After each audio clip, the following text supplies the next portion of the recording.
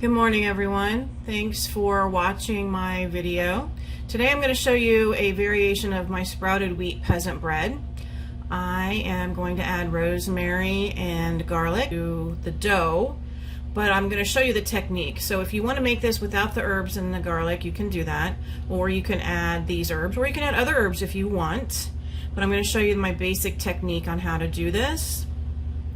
I have some rosemary from my garden that I've chopped up, and I just ran my knife through it and I got it nice and fine.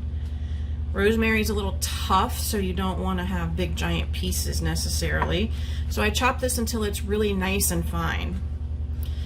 And I apologize for my washer going in the background, trying to get some laundry done this morning. And then I have some garlic cloves. I'm just going to rough chop these. With garlic, the smaller you cut the pieces, the heavier the garlic flavor is.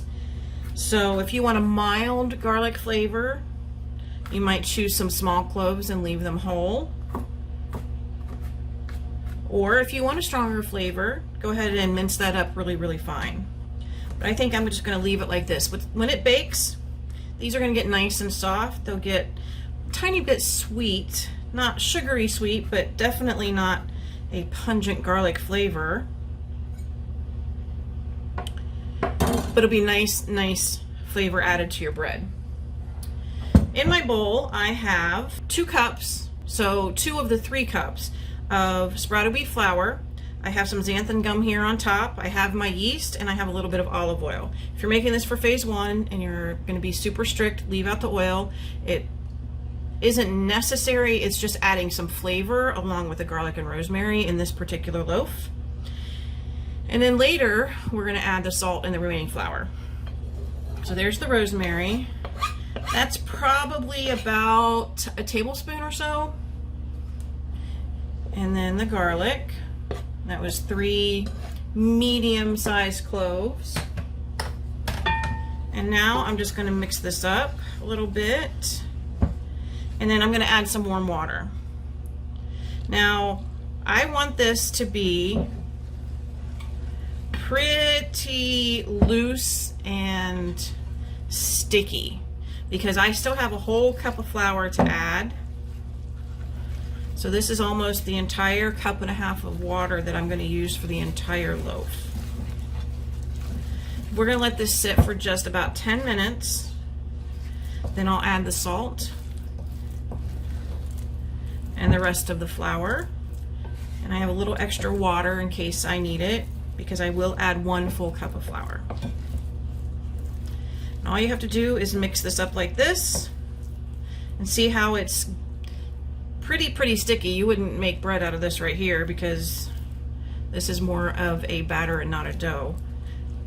And the reason I don't like to add the salt right away with this particular bread is because the salt can impede the yeast and keep it from rising, and I want a nice rise.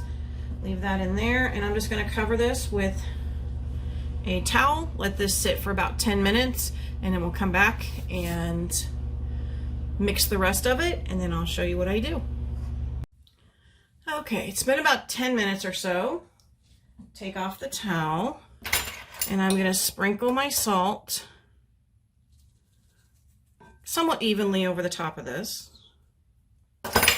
And then the rest of my flour, this is a full cup, so the recipe is 3 cups of flour. I'll link it down below. And then I'm going to give this a stir. And I'll probably have to add some more water, which is fine. The water I don't measure so much because it depends a lot on the humidity in your area. Today it's pretty rainy, so I might not need as much. It depends on your flour.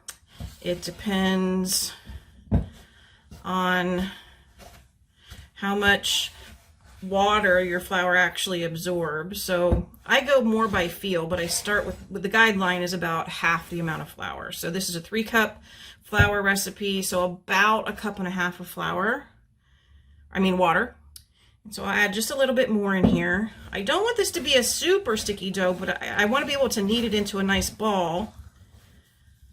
But I don't want it chunky like this either. So I'm going to stir this up.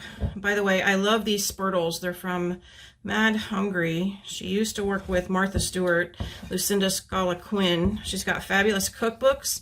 She is wonderful on Instagram, and while all of her food is not necessarily FMD, her techniques are wonderful, and she just makes great food. So if you like to follow different cooks and chefs on Instagram, I recommend following her. I think her page is under Mad Hungry. She's got a lot of great kitchen utensils that she sells also, and her cookbooks are great. So here's the dough. It's a little bit sticky, but that's okay because it's going to absorb some of that water. And I'm going to transfer this here in just a second. I want to try to get all this dough out of my spurtle here. And I'm just going to give this a little bit of a knead with my hands. I want to make sure that that salt is not all stuck in one place, because you don't want to bite into one piece of bread then have it be super salty and then the rest of it have no flavor. All right, little sticky, but that's all right. I'm going to show you my cast iron pan.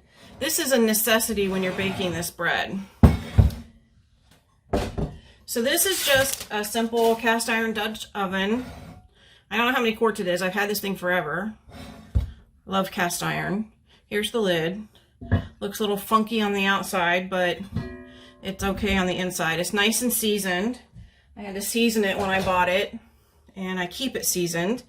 Love to make beef stew in this, but mostly I use it for bread. So what I'm going to do is I'm going to put this in the oven so it heats up. You want this to heat up for a pretty long time in the oven before you bake your bread in it.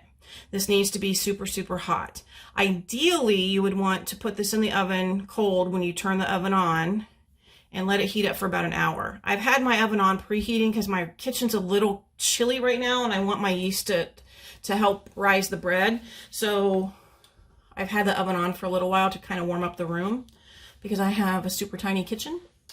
So I'll go ahead and stick this in here while the dough rises, and hopefully this will be hot enough. And what I'm going to do is I fit this piece of parchment paper into the cast iron Dutch oven so I know that it fits.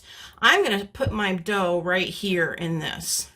Then all I need to do, when the dough has doubled in size and it's nice and full, all I need to do is pick up this parchment carefully and place it right in the Dutch oven, put the lid on it, and stick it back in the oven and bake it. I'll bake it for 20 minutes with the lid on the Dutch oven, and then I'll bake it for about 20 minutes with the lid off. I'm looking for an internal temperature on my bread of about 200 degrees, so I have a thermometer that I'll use to check that. And I want the temperature on the oven to be, with sprouted wheat, I tend to turn the oven down a little bit so it's not quite as hot as a white flour bread.